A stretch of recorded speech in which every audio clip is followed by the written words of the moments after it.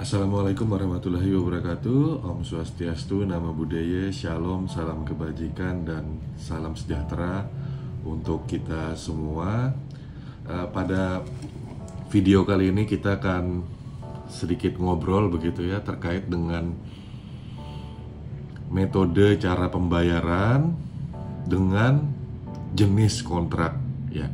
Keduanya adalah hal yang diatur berbeda, pasal-pasalnya terpisah di dalam Perpres Pengadaan Barang Jasa, yaitu Perpres 16 2018 yang terakhir kali diubah di Perpres 12 2021. Pada pasal terkait cara pembayaran disebutkan berkutat pada 3 opsi pilihan ya. Sekaligus termin, kemudian bulanan. Kemudian untuk pasal terkait dengan jenis kontrak bagi yang non konsultansi, pengadaan barang, jasa lainnya, pekerjaan konstruksi, ada lumsum, harga satuan, kontrak cost plus fee ya. Kemudian kontrak turnkey atau putar kunci dan lain-lain. Begitu juga untuk jasa konsultansi ya, itu lumsum, waktu penugasan, kontrak payung. Untuk jasa konsultansi konstruksi, kontrak payung tidak lagi menjadi sebuah jenis kontrak yang bisa diterapkan, jadi hanya lumsum dan waktu penugasan untuk jasa konsultansi non konstruksi. Nah, video ini muncul karena saya tergelitik dengan beberapa hasil konsultasi beberapa waktu terakhir ini. Ada asumsi bahwa kontrak lumsum itu kontrak dengan jenis lumsum ya, itu terkunci pada cara metode pembayaran yang sekaligus gitu. Nah, ini kurang tepat sebenarnya karena kontrak yang jenisnya lumsum berbasis keluaran ya, itu adalah karakteristik dari sifat pemberlakuan pengakuan prestasi yang nantinya dari prestasi berbasis keluaran tersebut, kemudian juga karakteristik di mana resiko sepenuhnya ditanggung oleh penyedia ya. Ketika prestasi itu terpenuhi dan diakui, maka dia bisa dilakukan pembayaran. Nah, pembayarannya ini tadi sesuai dengan metode atau cara pembayaran yang diakui dan sudah ditetapkan dalam rancangan kontrak dan kemudian difinalisasi sebagai naskah kontrak yang ditandatangani antara pejabat penandatangan kontrak dengan penyedia. Artinya apa? Sebuah kontrak lumsum bisa saja dia dibayarkan berdasarkan termin kemajuan pekerjaan. Sebuah kontrak lumsum bisa saja dia dibayarkan secara bulanan ya. Sebuah kontrak lumsum bisa juga ya, dibayarkan secara sekaligus saat pekerjaan sudah diselesaikan sepenuhnya 100%. Artinya beberapa perspektif yang saya temui di lapangan itu tidak lagi seharusnya dikonotasikan sebuah kontrak lumsum itu sama dengan cara pembayarannya sekaligus saat pekerjaan 100% gitu ya. Contoh konkretnya begitu ya, misalkan sebuah pekerjaan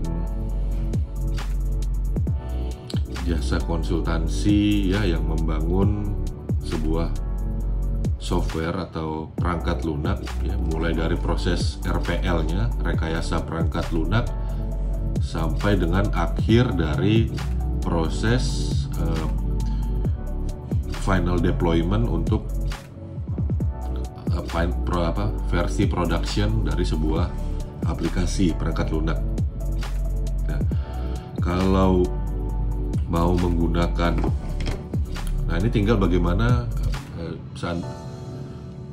jenis kontrak yang seandainya ditetapkan sebagai lump sum ya berbasis keluaran, ini tinggal di breakdown ke bagaimana cara pembayaran supaya paket ini menjadi menarik begitu ya. Basis keluaran yang saya contohkan untuk software engineering atau rekayasa perangkat lunak, pembuatan aplikasi begitu ya. Ini saya berikan contoh tiga-tiganya dari kontrak lump sum berdasarkan 3 jenis cara pembayaran. Yang pertama sekaligus begitu ya. Ya, sebuah perangkat lunak mulai dari tahap RPL-nya, rekayasa perangkat lunaknya, desain, ya, uji coba, kemudian pengembangan, lalu uji coba, dan akhirnya diimplementasikan perangkat lunak itu. Ketika semua proses selesai, baru dibayarkan. Nah, secara sekaligus, ya ini yang menggunakan metode cara pembayaran sekaligus. Artinya ya semua proses dilalui sehingga dia dibayarkan 100%. Nah, bagaimana kalau proses pengembangan jasa konsultansi untuk aplikasi ini tadi dilakukan dengan pembayaran bulanan? Ya bisa saja, tidak ada masalah dengan lump sum. Artinya outputnya di breakdown ya sebagai dengan satuan waktu begitu. Ya jadi bulan pertama, bulan kedua, bulan ketiga, maka dia dibayar per bulan ya. Sehingga yang penting itu bagaimana seorang badan usaha jasa konsultansi untuk aplikasi ini tadi menyelesaikan pekerjaannya dalam kurun waktu sesuai dengan yang di breakdown di kontrak ya, dalam 3 bulan, bulan pertama, bulan kedua, bulan ketiga dibayarkan berdasarkan laporan progres ya bulanan, sehingga dia bisa dibayarkan selama 3 bulan itu tadi setiap bulannya begitu. Artinya di sini diberikan fleksibilitas ya, memang aplikasinya diberikan fleksibilitas pengembangan software ini tadi secara bulanan, itu bisa terlihat progres pekerjaannya dan bagaimana caranya si pelaku usaha ini tadi, fleksibilitas itu tadi dimanfaatkan untuk menyelesaikan dalam kurun waktu 3 bulan sehingga dia dibayarkan secara bulanan. Nah ini semestinya sudah bisa terlihat gitu ya, bahwa jenis kontrak dengan cara pembayaran itu tidak mengunci gitu ya, tapi kita lihat karakteristik pekerjaannya. Nah bagaimana dengan termin ya, kembali masih contoh yang sama untuk aplikasi yang menggunakan